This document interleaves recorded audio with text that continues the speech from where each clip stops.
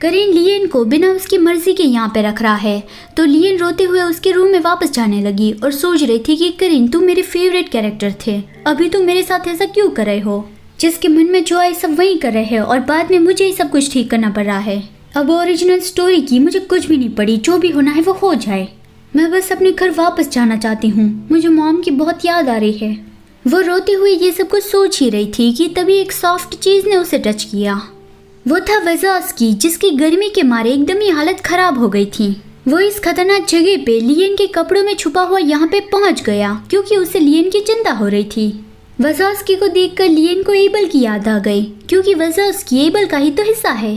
फिर से उसकी आंखों में आंसू आ गए। वो वज़ास्की को गले लगा के रोने लगी और मन में बोलती है कि एबल अभी मुझे तुम्हारी बहुत ही याद आ रही है।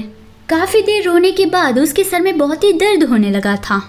तभी एक सर्वेंट अंदर आई, उसका नाम विवीना है और वो आज से लियन की खास सर्वेंट है। वो लियन के लिए चाय लाई थी और चाय का प्याला उठाने में उसे बहुत ही दिक्कत आ रही थी क्योंकि वो है एक छोटी सी परी। लियन को भी उस बारे में चिंता हो रही थी और उसे याद आया कि वज़ास्की भी यहाँ पे है। अगर विवीना ने उसे देख लिया तो क्या होगा? अगर आसान को पता चल गया कि मेरे साथ एक डीमन है तो फिर आसान उसे नहीं छोड़ेगा। विवीना कंफ्यूजिंगली उसे पूछती है कि क्या आपके पीछे कुछ है? लियन उसे तुरंत ही कहने लगी कि नहीं, बिल्कुल भी नहीं, कुछ भी नहीं है। वो अंदर से बहुत ही परेशान हो रही थी कि अब मैं क्या करूं, और वो बात घुमाने की कोशिश करती है। वो चाय की तारीफ करने लगी कि ये तो बहुत ही डिलीशियस लग रही है, लेकिन वो चाय का प्याला नीचे गिरने वाला था तो विवीना ने बहुत ही मुश्किल से उसे संभाल लिया और सिर्फ थोड़ी सी चाय लियन पे गिरी। तो लियन सोच रही थी कि अच्छा हुआ कि उसने पकड़ लिया, नहीं तो मैं चल जाती। विवीना डर के मारे कांपने लगी। वो रोते हुए उससे माफी मांगने लगी। लियन कंफ्यूज थी कि तुम मुझसे माफी क्यों मांग रहे हो? विवीना रोते हुए कहती है कि मैंने आपके कपड़े खराब कर दिए, मैं बहुत ही क्लमजी हूँ, यहाँ तक कि सैंड भी मुझ पे सारे वक्त गुस्सा करती रहती है। लियन सोचती है कि क्या ल्यूसिया उस पर गुस्सा करती है, क्या उसने गलत समझ लिया कि मैं भी उस पर गुस्सा करूंगी? तो वो कहती है कि कोई बात नहीं, मैं एकदम ही ठीक हूँ, तो रोना बंद करो।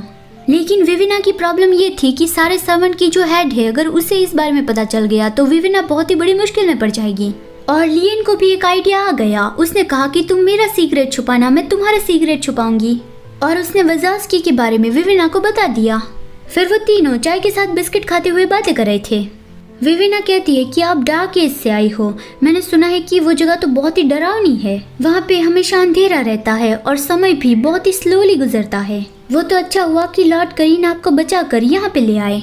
लियन कहती है कि जैसा कि मैंने कहा, मुझे किडनैप किया गया था और जैसा तुम्हें लगता है डार्क एज उससे कई गुना अच्छी जगह है। विवीना कहती है कि लेकिन मैंने सुना है कि एबल तो खून का प्यासा एक मॉन्स्टर है, उसके जैसे के साथ रहने से तो यहाँ ल्यूस में रहना बेहतर ही है। ये सुनते ही लियन जोर जोर से हंसने लगी। वो इतना हंसी कि उसकी आंखों में आंसू आ गए कि एबल और खून का प्यासा मॉन्स्टर, और उसे एबल की याद आने लगी कि एबल कितना अच्छा है।